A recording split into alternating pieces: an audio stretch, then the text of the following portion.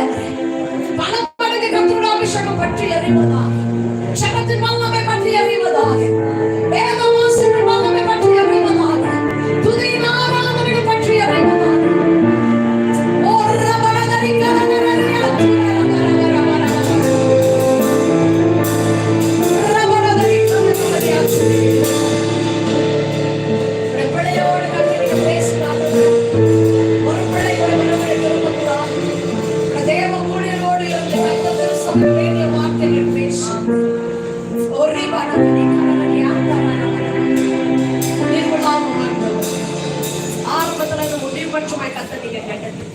இயேசுவின் நாமத்தினால கேட்டு ஜெபிக்கிறேன். ஆமென், ஆமென், ஆமென். அப்படியே அவர்கள் கர்த்தர் ஆசீர்வதிப்பார்.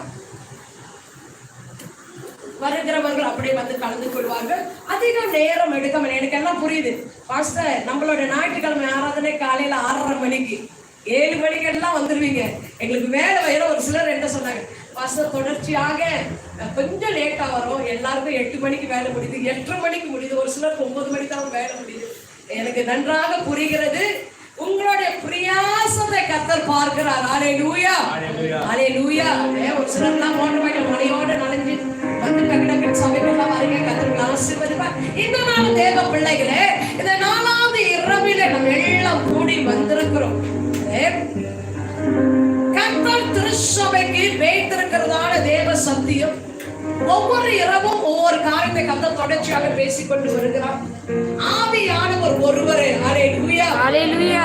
மனுஷன முகத்தை காண்கிறார், தேவனாகிய கர்த்தர் இருதயத்தை பார்க்கிறவராய் இருக்கிறார். ஹல்லேலூயா, ஹல்லேலூயா. அதிக நேரம் எடுக்காம பாஸ்டர் நேத்து நம்ம மத்தியில நல்ல ஒரு செய்தியை கொடுத்தாரு.